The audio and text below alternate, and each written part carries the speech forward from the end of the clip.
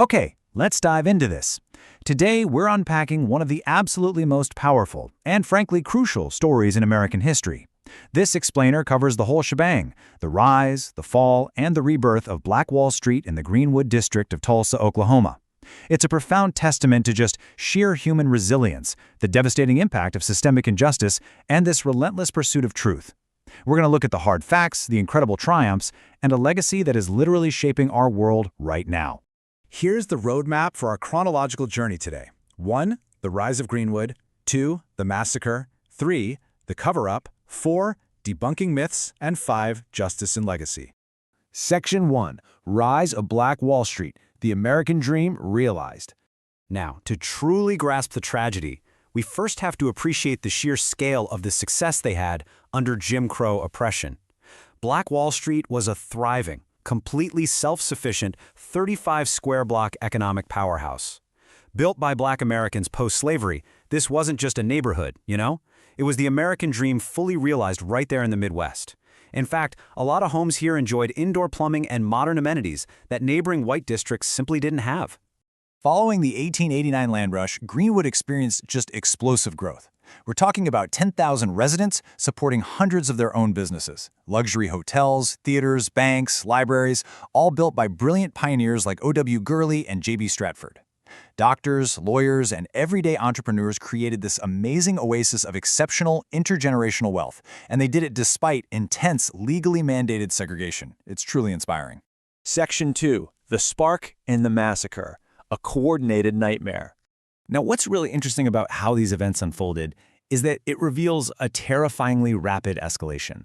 It starts May 30th, when a 19-year-old named Dick Rowland is accused of assaulting a 17-year-old white elevator operator based on really unclear details.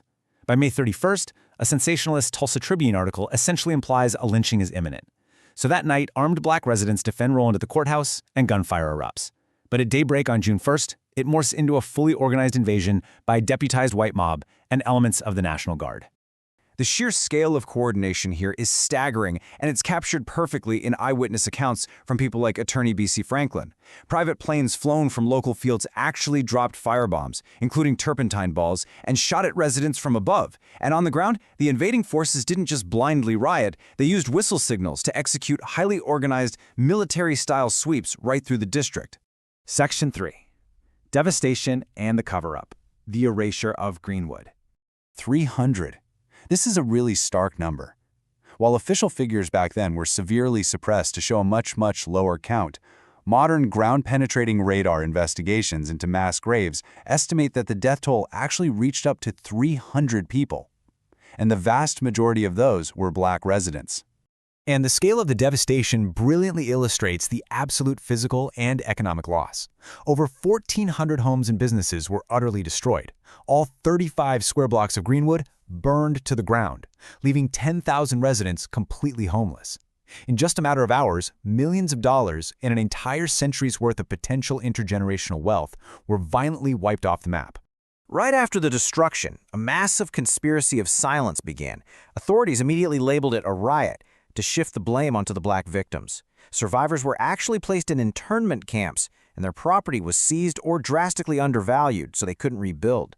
Official records were suppressed, completely kept out of textbooks, so for decades the truth was preserved almost exclusively through the incredible resilience of Black oral histories passed down through families.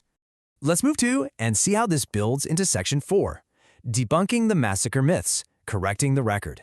For decades, misinformation really clouded what actually happened in Tulsa.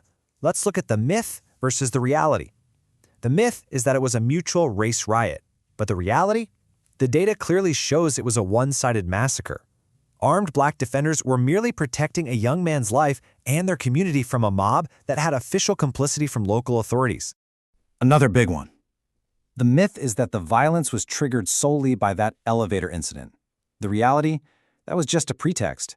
The underlying causes were deeply rooted in white envy of Black economic prosperity, resentment toward returning Black World War I veterans, and quite frankly, a predatory desire to seize Greenwood's highly valuable land.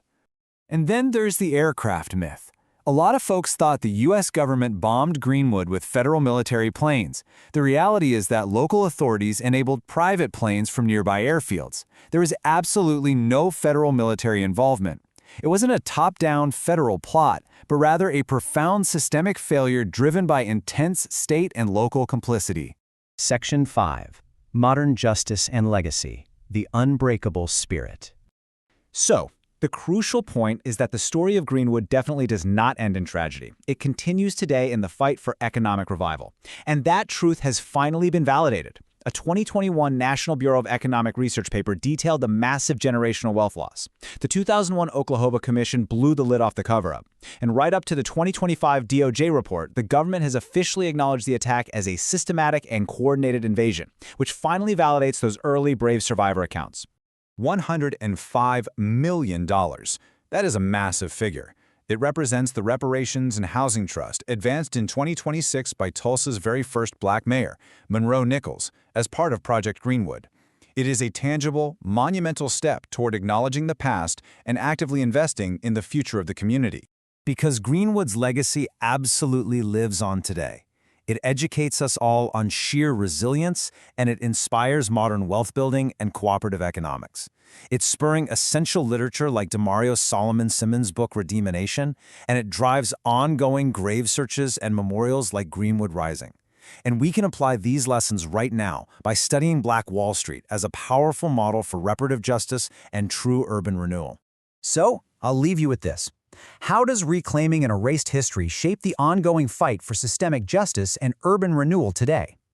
Greenwood's unbreakable spirit empowers us by showing exactly what was achieved, what was lost, and most importantly, what can be reclaimed. Thank you for joining this explainer. Keep asking the hard questions and keep learning.